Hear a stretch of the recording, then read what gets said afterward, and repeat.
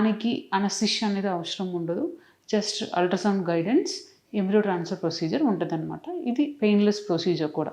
So యూజువల్గా embryo transfer అయిపోయిన తర్వాత మీకు ఇంజెక్షన్స్, టాబ్లెట్స్ అదన్నీ ఉంటాయి. యూజువల్గా 2 వీక్స్ ఉంటుందన్నమాట.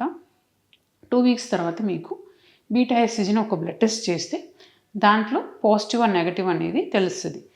ఉన్న ఏఆర్టీ ప్రొసీజర్లో like natural conception, IUI, IVF, ICSI ఇట్లాంటి ప్రొసీజర్లో IVF, ICSI test tube baby పద్ధతికే ద ఛాన్సెస్ ఆఫ్ కన్సెప్షన్ అనేది ఎక్కువ అనమాట. ఎందుకంటే చాలా ప్రాబ్లమ్స్ని మేము ఓవర్కమ్ చేసుకొని లైక్ బేబీ అనేది రెడీ చేస్తాం అండ్ దెన్ ఈజీగా ఆ బేబీ అనేది గర్భసంచిలో ట్రాన్స్ఫర్ చేస్తాం.